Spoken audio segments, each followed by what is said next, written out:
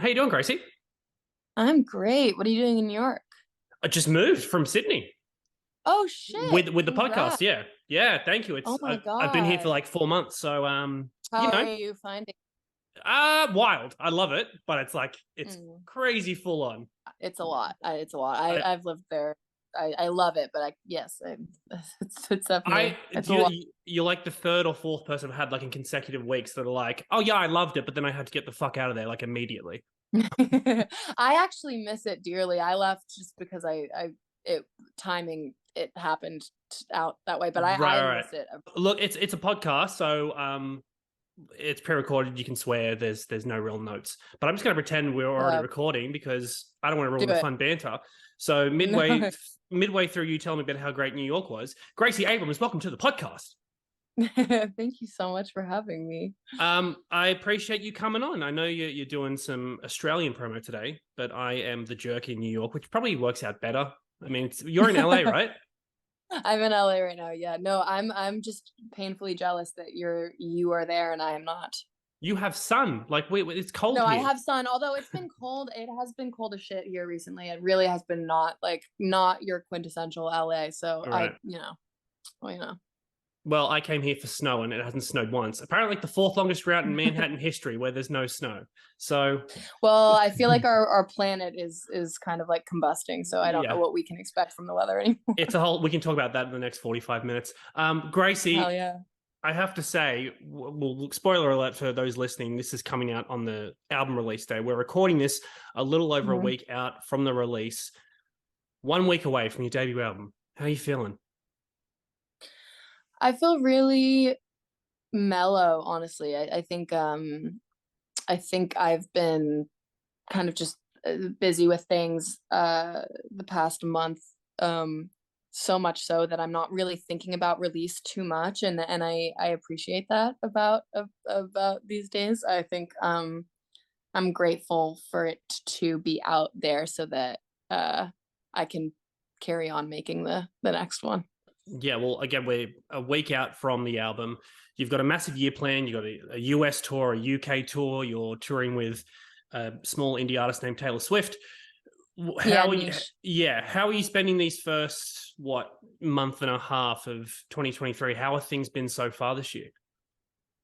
Good. Definitely busy, and I have been loving the exhaustion just because it's a lot of fulfilling work, and filming a lot of videos and things that I've had so much fun doing, and kind of just getting to know new people through that lane. And um you know it's funny just because, of course, the album is a week away, and it will be new for everybody else, but I feel so, yeah, I mean, I just said it, but I'm just really like, I've been writing a lot these days, kind of just, I feel mentally in a different place, now than, of course, I was a year ago when I really was like making the project. And so having conversations about it now is it's almost like, in hindsight, there's almost this like added, I guess it's just further proof that songs are like the time capsules, sort of. And so it's funny to be reflecting on all of that. And I'm very grateful for it all. But yeah, it's been busy days, busy days. Well, it's been a long time coming. Obviously, you've been very busy in the last few years. Your name has been getting bigger and bigger with every month that goes by. Do you remember the conversation after those two EPs when, whether it was you or someone else, someone said, "All right, it's time to think about the debut album"? Do you remember that conversation? No, I remember always just being so stoked to get to the time where it made sense to do it. And I think like I had not yet enough of a grip just in general, like on myself, but also like the kind of sound that was real and honest from me, in order to like kind of intentionally sit down in a place and be like, all right, I want to make something start to finish. I want to be deeply, deeply thoughtful about the arc of this narrative. I want to be intentional about the sonic landscape of the album. I want to, all of these larger, kind of more formative questions that I think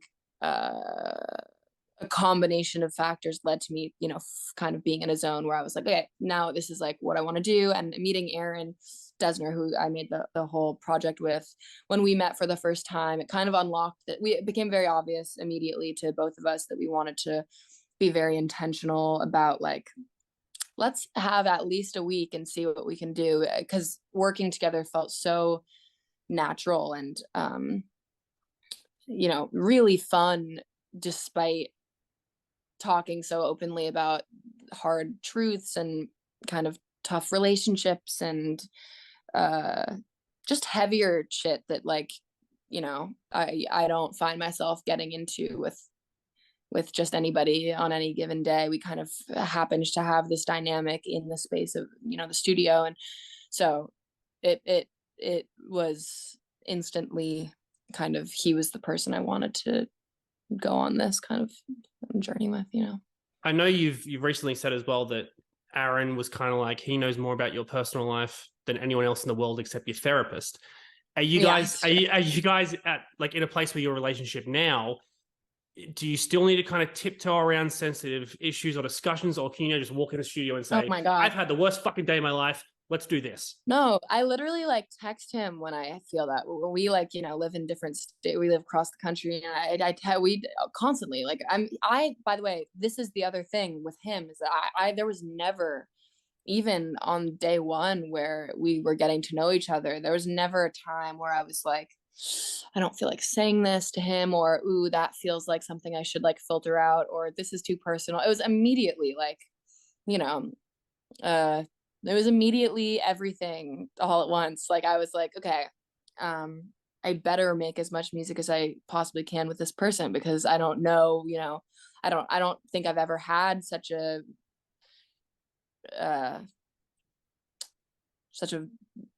an easier time being as vulnerable with a person. And I think for him, to have also created an environment physically that is so reflective of who he is, very much allows the artists that he works with to come into the studio feeling as raw and heavy as they might, and write without any kind of like judgment or insecurity, while also feeling challenged by everything that he brings to the table, positively challenged. I mean, it's a very informative collaborative process. And but yeah, no, literally, like I feel so bad for him, the amount that he knows about me. I've been lucky enough to listen to this album a few times now, and similar to what you've just said, it's very deep, it's very personal, it's very emotional. A song that obviously fans have already heard, Where Do We Go Now? I know when you were talking about that song, you said it was kind of dealing with looking at your past self and someone that you didn't recognize anymore. As we talk about, again, a week out from your debut album, more people are hearing your music. How are you navigating that space of going from a burgeoning songwriter in her bedroom to now, you're about to embark on a completely sold out US tour, not to mention UK, not to mention the Taylor Swift tour. How are you navigating that space of, rising to fame, getting more popular, having more people hear your music that is so deep and so personal? Yeah, it's funny. I don't think it's something that I consider, like in terms of I think I've definitely found myself not wanting to like give a ton of added context to the songs as much as I think I felt comfortable doing maybe a little bit before, just because like little things on the internet that I've seen that I'm like, just feels like I want my music to speak for itself instead of like getting in there personally after the fact. I've really genuinely loved all the conversations that I've been lucky enough to have, with people ahead of release, just because it feels very thoughtful. I think like I fear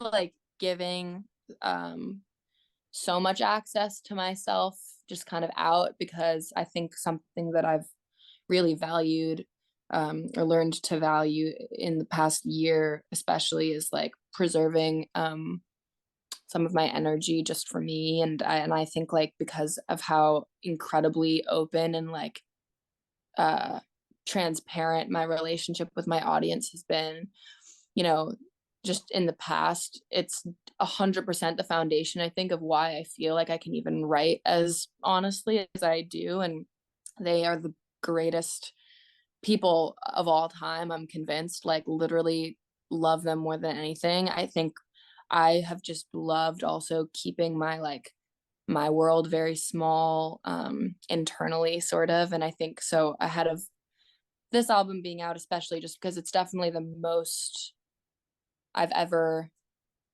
cared about what I'm writing about. I'm like, it's just interesting. And I like, so how do you walk the line sort of like, yeah, like protecting your own energy and yourself in that way, while also like, I don't think it feels like a deep struggle, which is a nice thing. I don't feel like some internal conflict about how to do it. I just think I'm becoming more aware of like, yeah, almost certain boundaries, I guess, which is like, I think not just applicable to career stuff. I think doing it in my personal life has then kind of bled into career stuff. Right. But yeah. It's definitely if I'm lucky, I think it'll be an ongoing question of like how to feel about that stuff. Well, it's funny, right? Because you mentioned at the start that it's almost like you're talking about this album in hindsight because you've been sitting on it for a year and you just talk about you've had some conversations with people. Is someone like an Aaron Dessner so valuable in that space that, you know, yes, he's produced your album and he's produced for people like Taylor Swift, but he's Aaron Dessner of The National. Like he understands fame, he understands success. Has he given you anything particularly along the journey of this debut album to just how to tread carefully? Oh man, I mean, yeah, all the time. He really is like a mentor to me. I've learned so much from him that it's, you know, really hard to pick one piece of advice, just because I feel like every time we have a conversation, I leave with like so many bits of wisdom. I think throughout the process of making the album, there are very kind of transitional times in my life as I like kind of somehow entered like adulthood a little bit. And he's led me to want to trust myself more wholly. And that, you know, that serves not just the work stuff, but the at home stuff. And I definitely, you know, really admire how he has managed to live his life inside and outside of his career. And I think it's very helpful having someone who I'm lucky enough to be so close to, who has, you know, a few years on me doing this, but also just like being on the planet. I'm like, I really trust him with my life, you know? And so anytime he points me in any direction, I'm like, yep, this makes sense. And you know me so well that like, yeah, it's just a funny, it's a very lucky thing to have him. Yeah, very lucky. I mean, I know Taylor Swift has said something similar with her working relationship with Aaron. Mm-hmm. I do want to talk about that tour. First of all, congratulations. Your response to getting announced on that tour is probably the best thing I've ever seen, which was, what did you say? If I had a nickel for every time I was supporting Taylor Swift, I'd have 30 fucking nickels. That is going to be the best response I've ever seen in my life. Thank you. I was freaking out. Really, I was like, how do I form any sentences? Is it that an exciting tale of like you get a personal phone call from Taylor, or is it way more formal where her management comes to your management and then it just gets done behind the scenes? It was yeah, I mean, I texted her the second I found out, but yes, it more so the buttoned up version, you know. And I wrote to her immediately, and within truly 10 seconds there was like a response, you know what I mean? Like no, I mean, there are no words still, you know. I can't express my gratitude ever. I will never be able to comprehend, you know. I feel like I've had so many like conversations about it kind of in a similar context to this one, and like it doesn't feel real, so it's hysterical to me to like ever talk about, because I'm like, well, what like what are we even talking about right now? Like, Yeah. haha. But no, it's it does feel like one big prank, and I just can't. I can't, as her biggest fan. I'm just like, to be able to watch her show that many times and learn from her in that way is the greatest gift of my life. I'm like, there's no better lesson in how to do this job than to watch her do it, because she's, you know, the best. You'll be going from your tour into her tour into your UK tour, right? Right. Yeah. Right, that's so good. I mean, this is a two-parter question. Can you get me tickets to your show and her show, please? Because they're both sold out. And what am I meant to fucking do about that? I moved to this. I moved to this city to go see more music, and all the shows are just sold out. Let's talk after the podcast. We'll take this up. We'll take this off comms. All right, guys. Thanks for that. Yeah. Good. I do want to ask before we go, because I know you have mentioned this in previous interviews as well, that you and Aaron wrote a bunch of songs. I think 30 was the number you threw out there, and you mentioned at the start of this podcast that you've already been thinking about new music.